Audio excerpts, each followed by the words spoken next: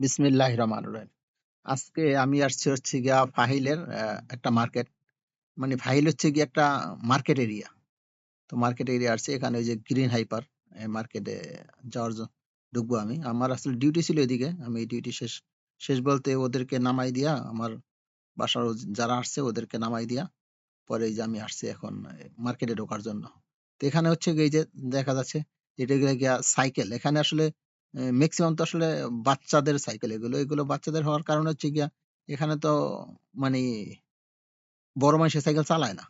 মানে চালায় না বললেই চলে। যেহেতু যদিও ২-১ জন চালায় সেটা হচ্ছে গিয়ে আমরা যারা আছি বিদেশীরা মানে ইন্ডিয়ান, বাংলাদেশ, তারপরে পাকিস্তান, নেপাল, শ্রীলঙ্কা ওরাই আরকি চালায়। আসলে মানে এখানকার স্থানীয় যারা আছে কুয়েতি নাগরিক ওরা আসলে সাইকেল-টাইকেল এগুলি চালায় না। বাচ্চারা চালায় আর বড় যারা হয় তারা আরকি গাড়িই চালায় আরকি। এখানে এসে গাড়িই চালায় সবাই। তো আমি আসলে আপনাদের একটা ধারণা দিচ্ছি, যেহেতু আমরা প্রবাসে থাকি এখানকার আ বাজার কইরেই খাইতে হবে আমাদের। সবজি ছাড়া তো আমরা তো যেহেতু বাংলাদেশের মানুষ, মাছে ভাতে বাঙালি। তো সেক্ষেত্রে আমাদের বাজার-টাজার করতে হয়। সেজন্য আরকি এই দেখেন আমি একটা আইডিয়া দিচ্ছি আপনাদের। যে এই যে মানি ক্যাপসিকাম ৳৩৯৫ খুব সুন্দর সবজি। এটা দিয়ে কিন্তু আপনি সবজি রান্না করে খাইতে পারবেন। তারপর এখানে কাঁচামরিচ, বেগুন, করল্লা, তারপরে হচ্ছে গিয়া বাঁধাকপি। খুব আমাদের মানি একটা মানে বাজেটের ভিতরে আরকি। খুব বেশি যে দাম তা না।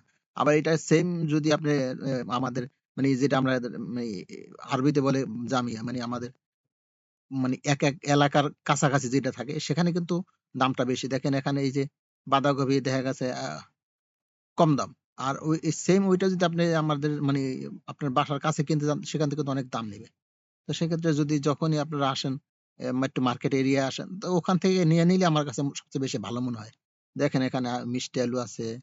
তারপরে হচ্ছে গিয়ে আ মানে বিভিন্ন আইটেম আছে এখানে মিষ্টি আলু, রসুন, তারপর হচ্ছে যে কুমড়া, হ্যাঁ?